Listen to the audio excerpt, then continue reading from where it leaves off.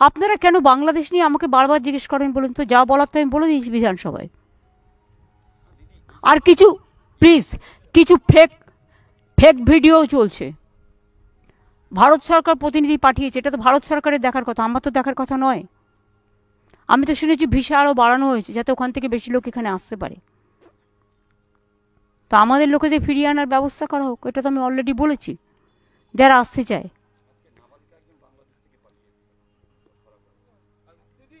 ভাই আমি সেটা বলছি না, এটা পরিষ্কার কথা, এটা গভর্নমেন্ট অফ ইন্ডিয়ার ব্যাপার, গভর্নমেন্ট অফ ওয়েস্ট বেঙ্গলের ব্যাপার নয়। বারবার এক কথা আপনারা আমাকে জিজ্ঞেস করবেন না। কেউ কেউ মিসলিড করে এটাকে সাম্প্রদায়িক দাঙ্গার পর্যায়ে নিয়ে যাচ্ছে, কিন্তু এটা তো নিশ্চয়ই আপনারা অ্যাপ্রিসিয়েট করবেন। এখানকার ইমাম অ্যাসোসিয়েশন, সব ইমামরা, বড় বড় ইমামরা একসাথে বলেছেন বাংলাদেশে মাইনরিটির ওপর যে অত্যাচার হচ্ছে আমরা তাদের নিন্দা করি, আমরা তাদের প্রোটেকশনের দাবি জানাই।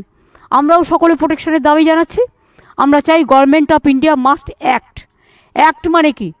মানুষকে নিরাপত্তা দিক, মানুষকে যারা ফিরতে চায় ফিরিয়ে আনার ব্যবস্থা দিক। বর্ডার থেকে তো অনেকে চলে আসছে আমি শুনছি, কিন্তু বিএসএফ কোথাও আটকাচ্ছে, কোথাও আটকাচ্ছে না।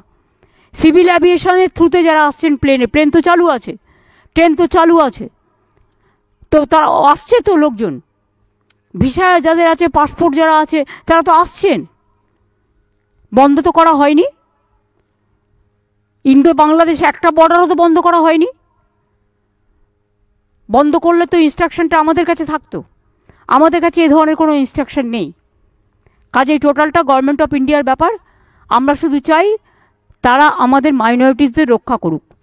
মেজরিটিরা যেমন মাইনরিটিসদের রক্ষা করে, সব জায়গায় নিয়ম হচ্ছে মেজরিটিদের দায়িত্ব মাইনরিটিসদের রক্ষা করা।